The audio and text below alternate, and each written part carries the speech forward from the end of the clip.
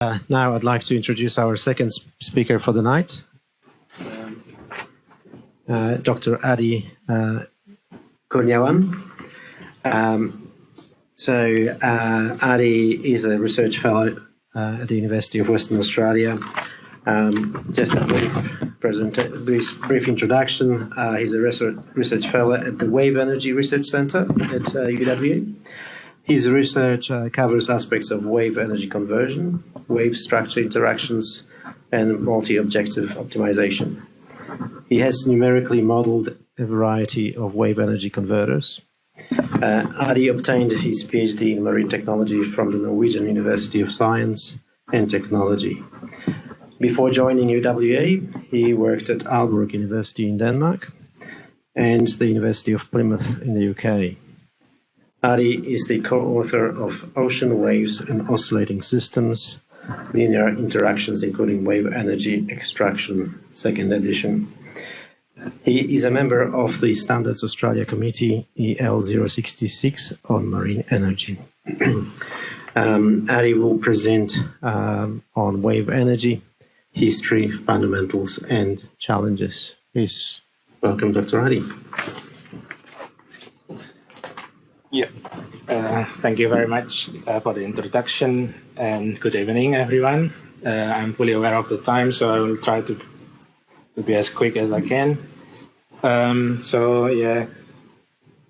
I'm part of the OGS, Ocean Graduate School, just as Wenhua and Ian here.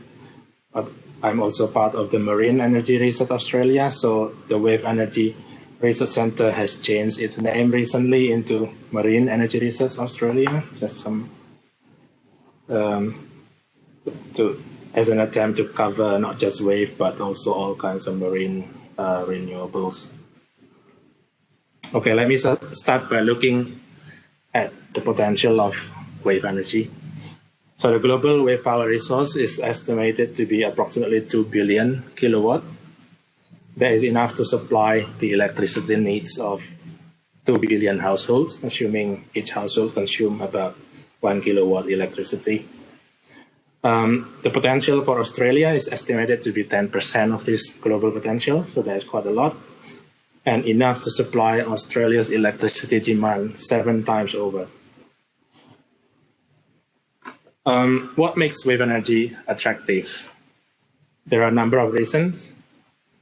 So other than its significant resource, wave energy is more persistent than wind or solar. Waves are there even when the sun is not shining, and even when there is no local wind. This is because waves in deep water can travel long distances almost without any energy loss. Wave also has a higher energy intensity than solar or wind, and seasonal variability that is complementary to wind. And also wave energy converters can act as coastal protection because they absorb energy from the waves. And finally, they have minimal visual intrusion. Let us now move on to look at the history of wave energy. So the first known patent on wave energy dates back to about 200 years ago, inspired by how waves could move a ship. So this is in French, but part of the text, if translated into English, reads, "If one imagines the ship suspended from the end of a lever, one will conceive the idea of the most powerful machine which has ever existed." So a number of wave energy converters were proposed around the end of the 19th century to early 20th century. Back then, they used to be called wave motors. So yeah, many interesting ideas here, not necessarily with any theoretical basis. An early oscillating water column was built in around 1910. So the picture on the bottom left there.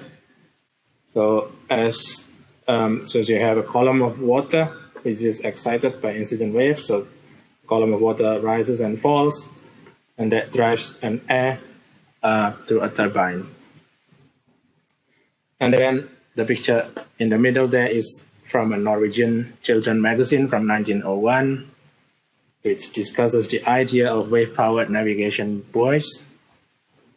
But so this idea was realized only much later in 1965, like shown on the right there. And here is a somewhat different proposal of a much larger scale, wave energy plus fish farming. So the plant works like a hydropower plant by collecting seawater that overtops a reef and storing the water at a higher elevation. And the lagoon could also be used for fish farming. And there were many, many more ideas.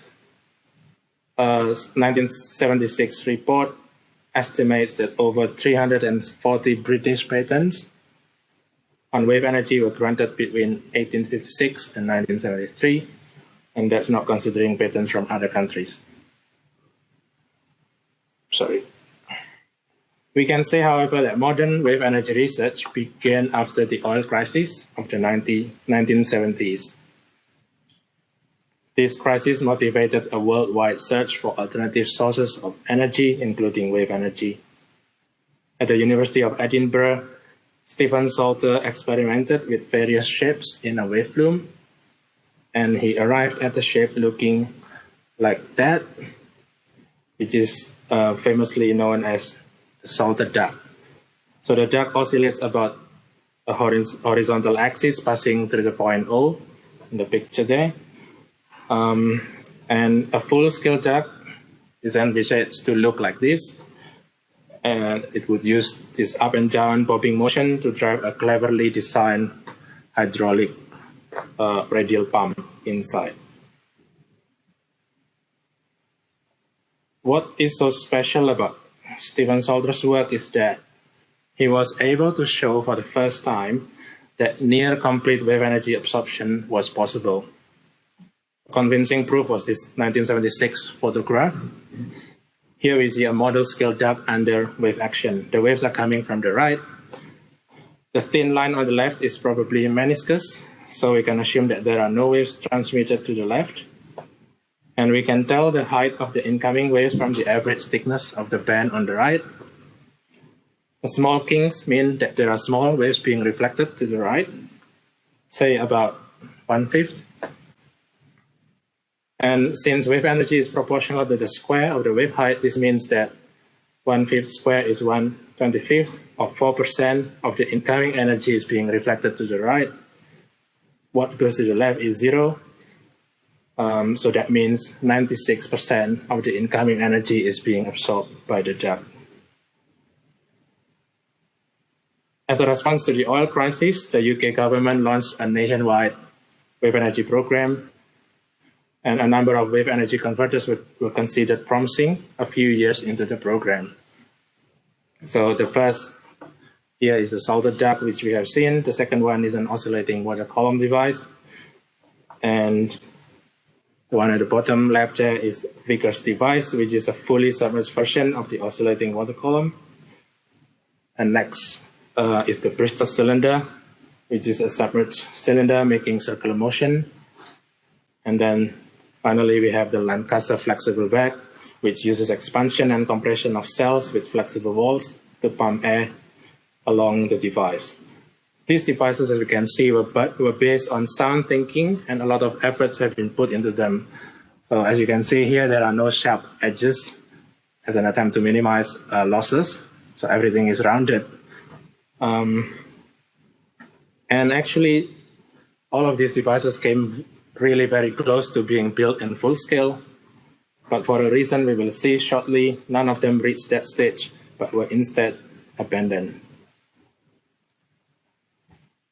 Meanwhile, important results were also achieved in other parts of the world. In contrast to the UK devices, which are about as long as the wavelength, research activities in Norway revolve around devices which are much smaller than the wavelength, and they are known as point absorbers.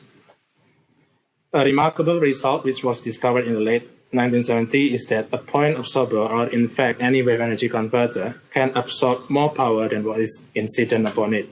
This is why we avoid using efficiency when we talk about wave energy devices, because in theory, a wave energy converter can be more than 100% efficient.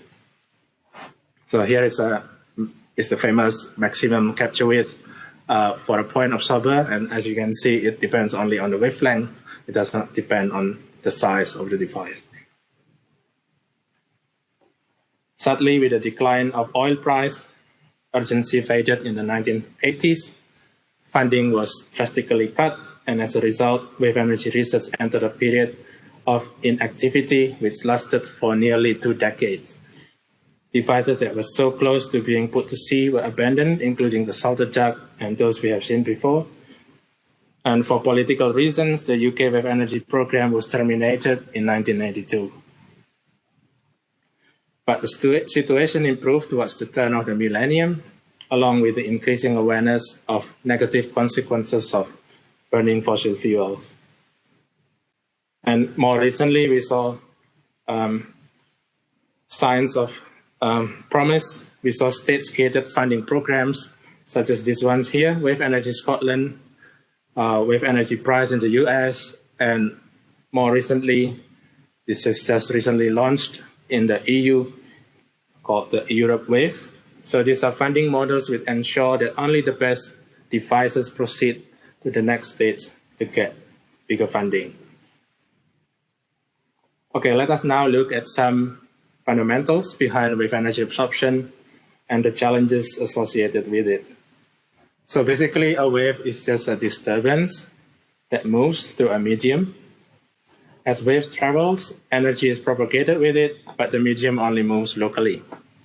This is different from wind, which is a flow of air, or from current, which is a flow of water. Water wave has a height, which is the distance between crest to trough, a length, which is the distance between crest to crest, and a propagation direction.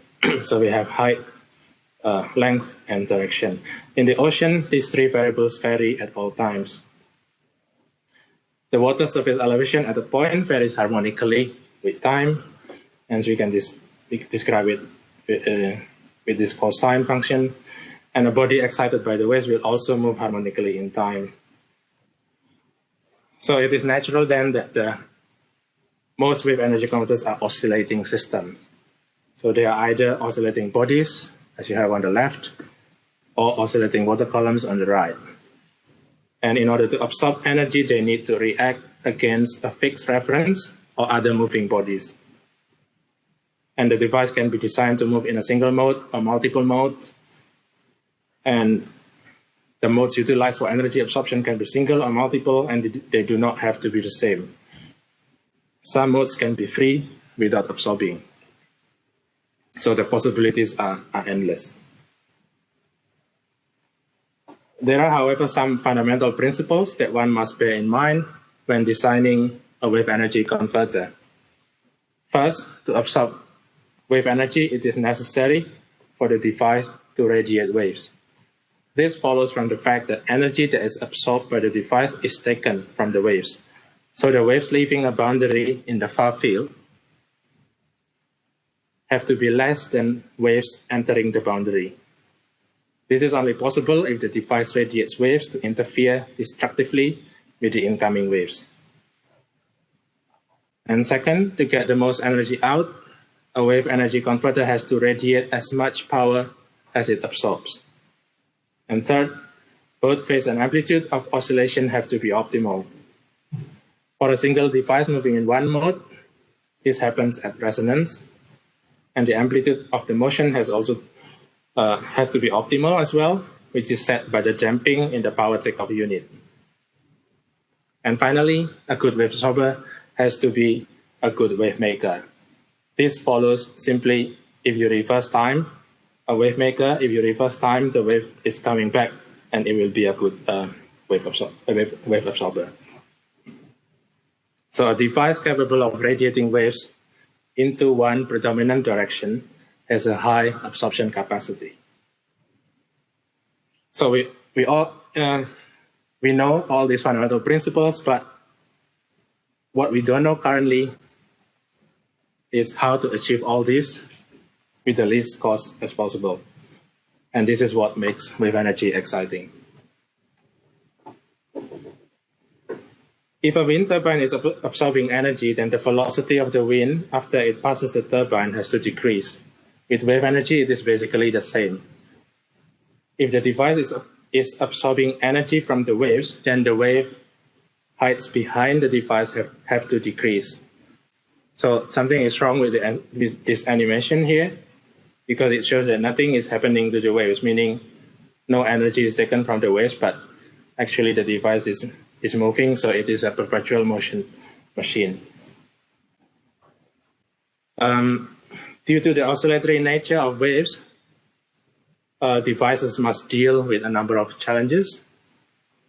First, they must convert slow oscillatory motion into fast unidirectional motion, which is suited for electricity generation.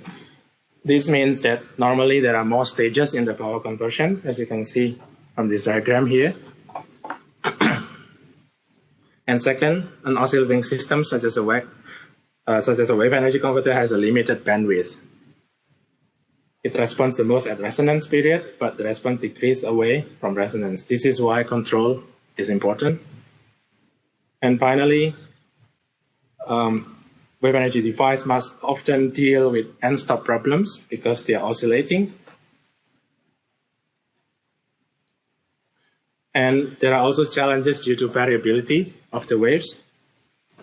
So a wave energy device must be able to operate optimally in low to moderate waves, which happen most of the time, while they also have to cope with extremes, which happens rarely, but they happen anyway. And since cost is driven by extremes, while revenue is driven by the mean, locations with low extreme to mean ratio, such as the southern coast of Australia, are favorable. This temporal variability issue is of course not unique to wave energy, but it's a problem shared by other renewables such as wind. So wave energy can adapt techniques employed in wind energy to deal with this issue. There are a number of similarities between wave energy and wind. They have the same goal of minimizing the cost of energy. Also, the revenue and cost drivers are the same. What we want to harness is the very thing that governs the loads. This is in contrast to offshore oil and gas. There are also differences between wave and wind.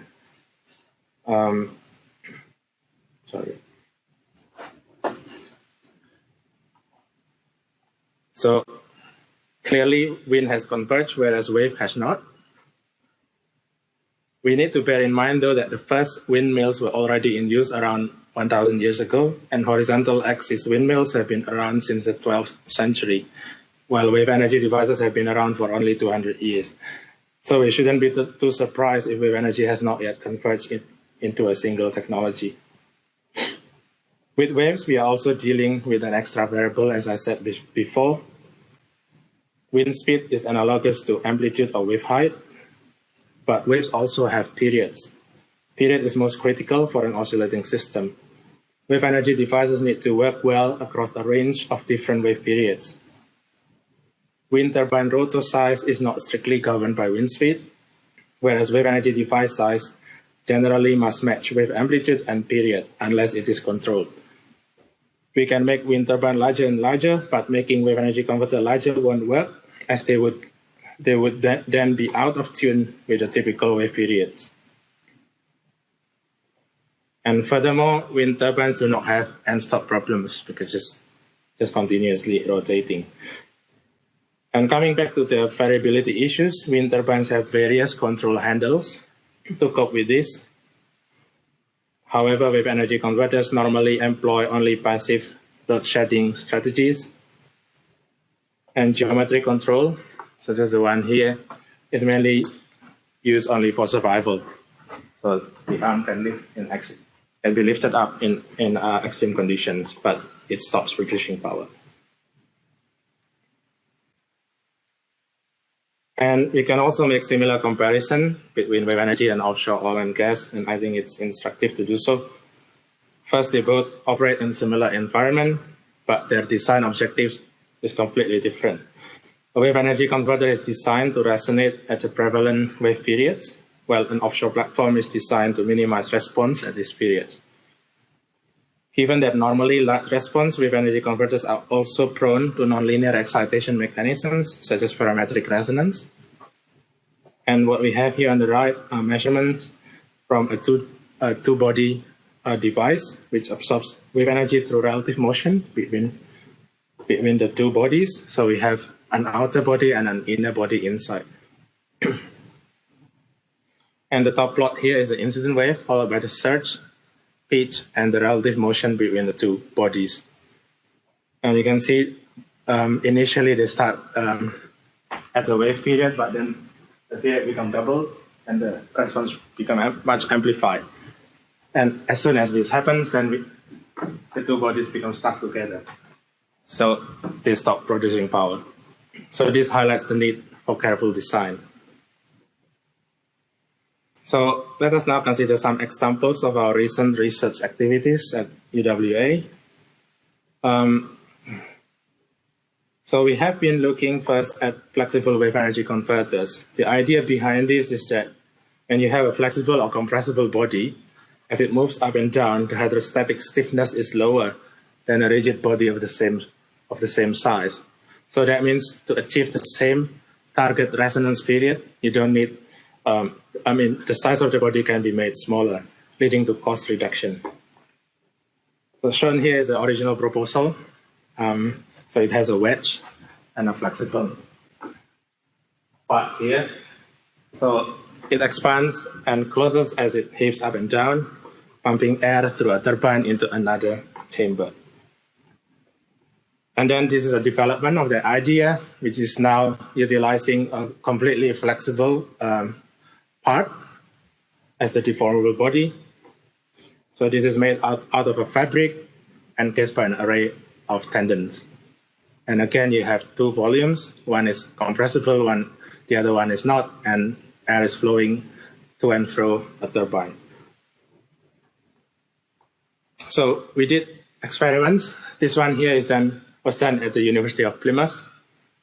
And to physically model such a device in small scale, a number of unconventional techniques were used. Because atmospheric pressure is the same in both full and model scales, we need to use additional air volumes to ensure similar compressibility between model and full scales. If you don't do this, the model scale back will be too stiff. To model the power takeoff, we use an assembly of capillary pipes, as you can see there. So there are 17 bigger tubes there, but in each there are more than 100 capillary tubes. And this is the reason for that is to create laminar flow through the PTO, so that we can model the PTO using a linear model. It then gives a good so that the numerical model, which is linear, can match the measurements really well. And because of this additional volume, it needs to somehow connect to the back, and we use flexible hose to do that. By varying the amount of air in the bag, we can vary the mean geometry of the bag. So in principle, we can tune the natural period of the device.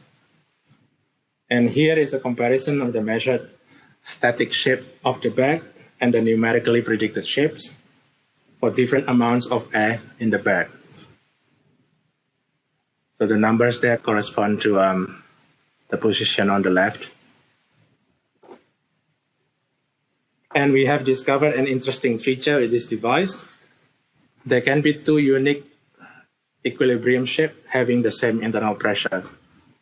So for example, like 3 and 4, they have similar pressure, but they have completely different bag shape.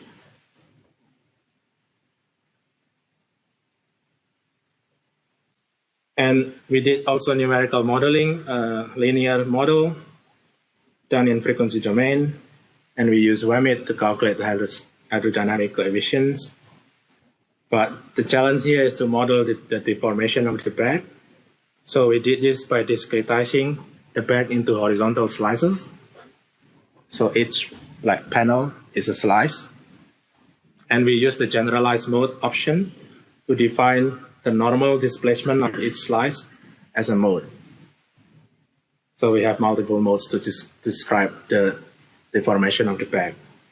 This turned out to work quite well, giving good agreement with the measurements. And we further explored some variants of the flexible bag device and compared the performance relative to one another and also relative to their rigid counterparts. By that I mean body of exactly the same geometry but rigid.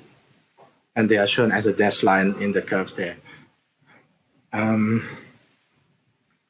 So as you can see for device A, for example, the resonance period has increased because it is flexible compared to a rigid body. Okay, so I will just go through this very quickly now. This is the last example. So the M4 is another device we have recently investigated. So this is part of the Blue Economy CRC project, which was recently awarded and led by UWA. So the aim is to build and deploy a reduced scale of this device in Albany.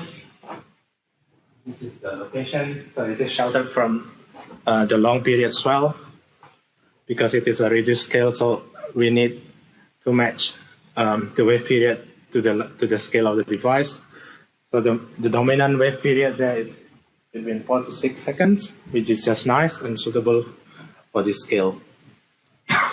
And we aim to deploy this in the summer, sometime maybe next year, the next summer. And because it is university driven, we aim to share all the lessons learned in order to accelerate the development of wave energy. And we have done quite a bit of numerical modeling. Still some work is ongoing. And we also have collected wave data at the site. And we have done this since end of last year. So we have close to 1 year worth of data now. And we can run the data through the model to produce prediction of the power output and the response and so on. And as we can see here, in the summer, we get higher power output compared to the rest of the year. Okay, and in parallel, we have also been developing wave-by-wave prediction models, which will be potentially used for control in order to increase the power absorption. This has been validated using tank data as well as OpenSea wave measurements in Albany, showing very good results so far. Okay, so this is my last slide. Some key takeaways. We need to get the fundamentals right, and we need to learn from the past, and there is plenty of room to be creative because the possibilities are endless and the question is still open. But yeah, as long as we keep this in mind, I'm sure that we will get there someday. Thank you very much.